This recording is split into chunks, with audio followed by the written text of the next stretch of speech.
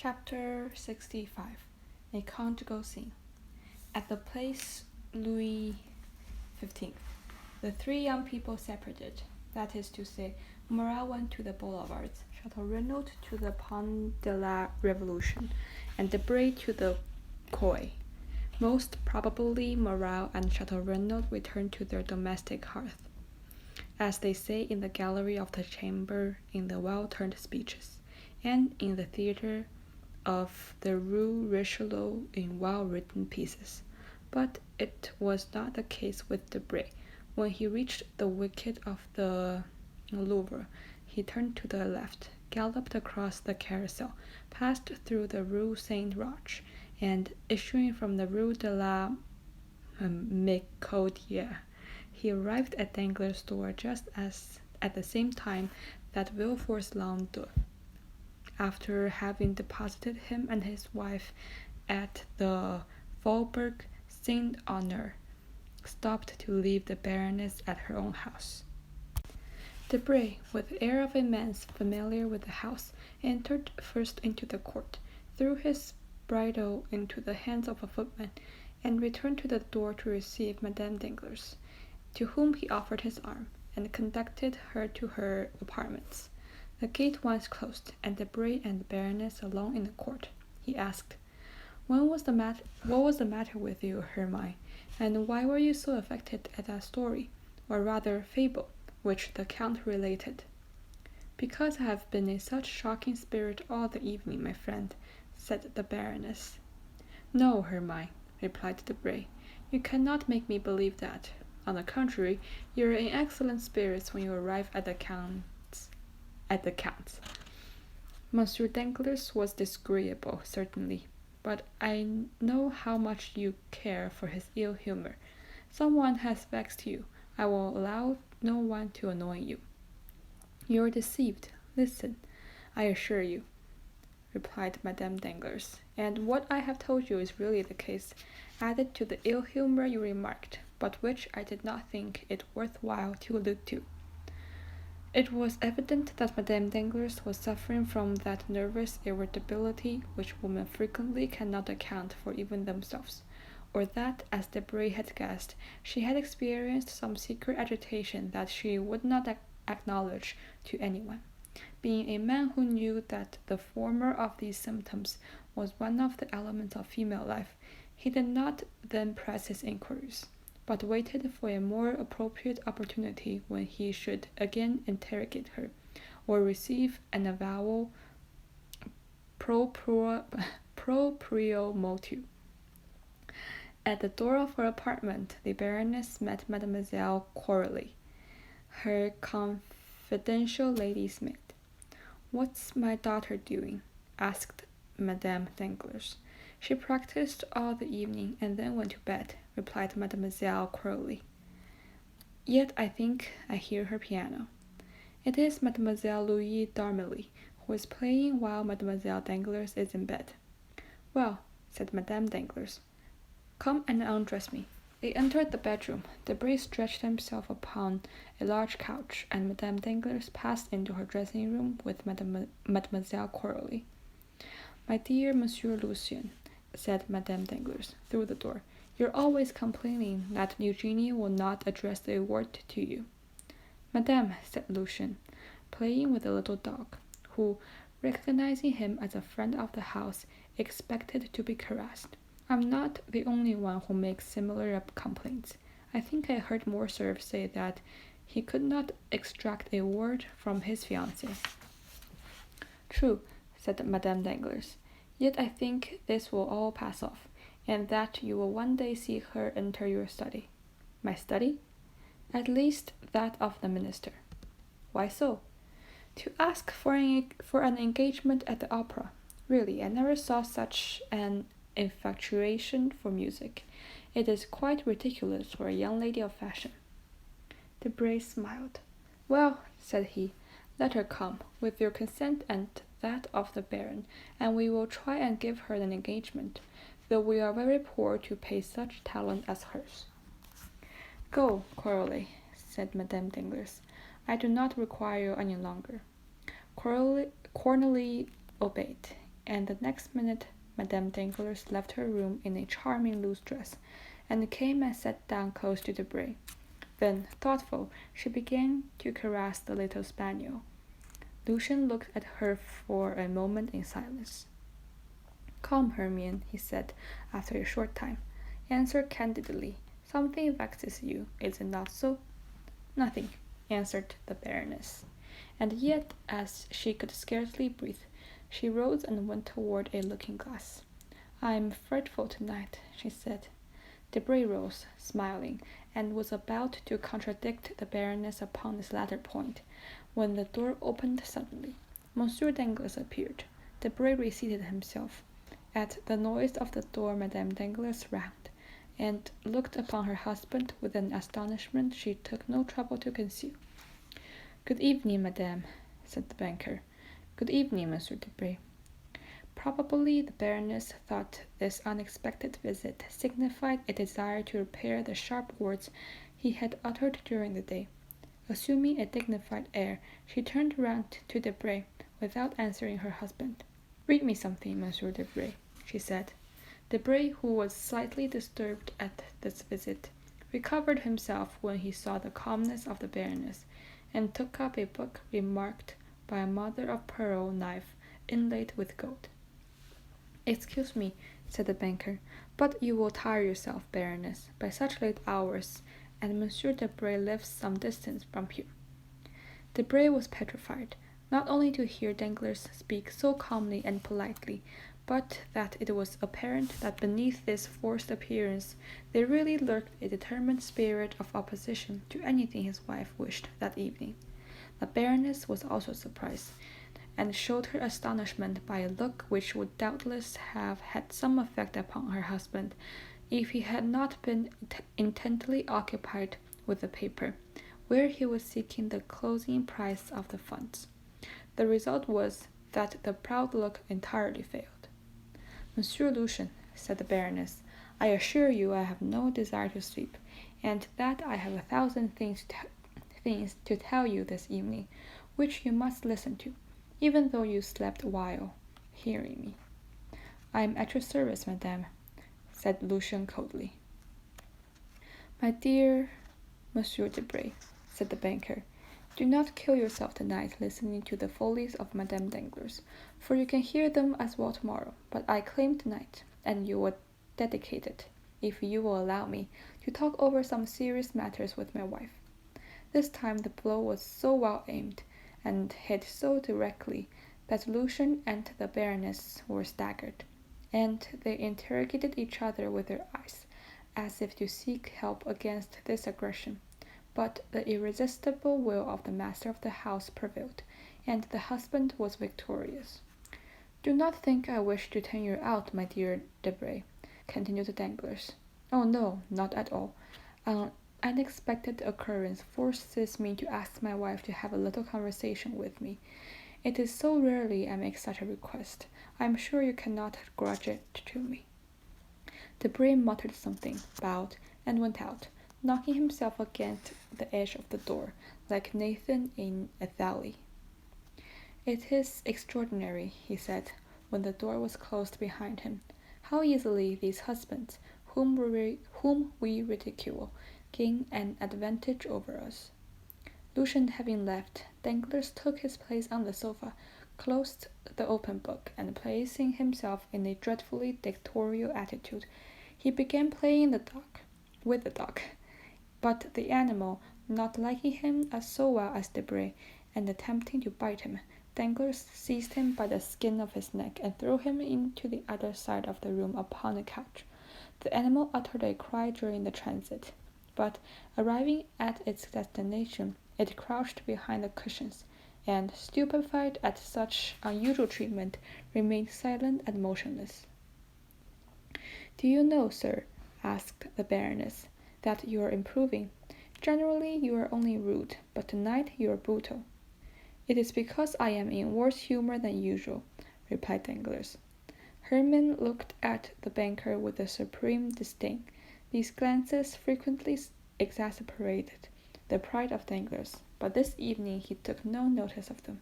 "And what have I to do with your ill humor?" said the Baroness, irritated at the impassibility of her husband. "Do these things concern me? Keep your ill humor at the office in your desk, or, since you have clerks whom you pay, vent it upon them." "Not so," replied Danglars. "Your advice is wrong, so I shall not follow it. My desk is my Pactolus, as, I think, Monsieur de Maustre says, and I will not retard its course, or disturb its calm. My clerks are honest men, who earn my fortune, whom I pay much below their deserts, if I may value them according to what they bring in. Therefore I shall not get into a passion with them. Those with whom I will be in a passion are those who eat my dinners, mount my horses, and exhaust my fortune." "And pray, who are the persons who exhaust your fortune? Explain yourself more clearly, I beg, sir." "Oh, make yourself easy. I am not speaking riddles, and you will soon know what I mean. The people who exhaust my fortune are those who draw out 700,000 francs in the course of an hour." "I don't understand you, sir," said the Baroness, trying to disguise the agitation of her voice and the flush of her face. "You understand me perfectly, on the contrary," said Danglars. "But if you will persist, I will tell you that I have just lost 700,000 francs upon the Spanish loan." "And pray," asked the Baroness, "am I responsible for this loss?" "Why not?" "Is it my fault that you have lost 700,000 francs?" "Certainly it is not mine." "Once for all, sir," replied the Baroness sharply, "I tell you I will not hear such named. It is a style of language I never heard in the house of my parents or in that of my first husband." "Oh, I can well believe that, for neither of them was worth a penny." "The better reason for my not being conversant with the slang of the bank, which is here dining in my ears from morning to night, that noise of crowns jingling, which are constantly being counted and recounted, is odious to me. I only know one thing I dislike more, which is the sound of your voice." "Really?" said Danglars. "Well, this surprises me, for I thought you took the liveliest interest in my affairs." "I? What could put such an idea into your head? Yourself." "I should like to know upon what occasion." "Ah, that's very easily done. Last February you were the first who told me of the Haitian founds. You had dreamed that a ship had entered the harbor at Havre, and this ship brought news that the payment we had looked upon as lost was going to be made. I know how clear-sighted your dreams are, and therefore I purchased immediately as many shares as I could of the Haitian debt, and I gained 400,000 francs by it, of which 100,000 have been honestly paid to you. You spent it as you pleased. That was your business. In March there was a question about the Grand Trunk Railway. 3 companies presented themselves, each offering equal securities. You told me that your instinct, and although you pretended to know nothing about speculations, I think, on the contrary, that your comprehension is very clear upon certain effects.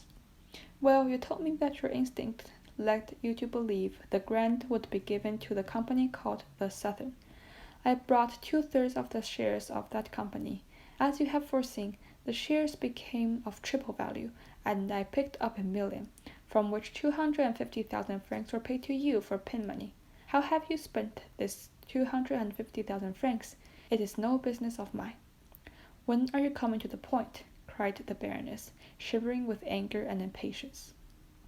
"Patience, madame, I'm coming to it." "That's fortunate." "In April you went to dine at the minister's. You heard a private conversation respecting the affairs of Spain, on the expulsion of Don Carlos. I bought some Spanish shares.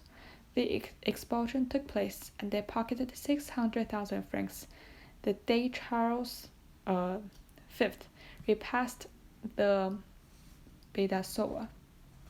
Of these 600,000 francs you took 50,000 crowns. They were yours. You disposed of them according to your fancy, and I asked no questions. But it is not the less true that you have this year received 500,000 livres. Well, sir, and what then? Ah, yes, it was just after this that you spoiled everything. Really, your manner of speaking, it expresses my meaning, and that is all I want. Well, 3 days after that you talked politics with Monsieur Debray, and you fancied from his words that Don Carlos had returned to Spain. Well, I sold my shares. The news was spread, and I no longer sold but gave them. Next day I find the news was false, and by this false report I have lost 700,000 francs. Well? Well, since I give you a fourth of my gains, I think you owe me a fourth of my losses. The fourth of 700,000 francs is 175,000 francs. What you say is absurd, and I cannot see why Monsieur Debray's name is mixed up in this affair. Because if you do not possess the 175,000 francs I reclaim, you must have lent them to your friends, and Monsieur Debray is one of your friends. For shame, exclaimed the Baroness. Oh, let's have no gestures, no screams, no modern drama, or you will oblige me to tell you that I see Debray live here, pocketing nearly the whole of the 500,000 livres you had handed over to him this year, while he smiles to himself, saying that he has found that which the most skilful players have never discovered. That is a roulette, where he wins without playing, and no loser when he loses. The Baroness became enraged. Wretch, she cried, will you dare tell me you did not know that with which you now reproach me? I don't say that I did know it, and I do not say that I did not know it. I merely tell you to look into my conduct during the last 4 years that we have ceased to be husband and wife, and see whether it has not always been consistent.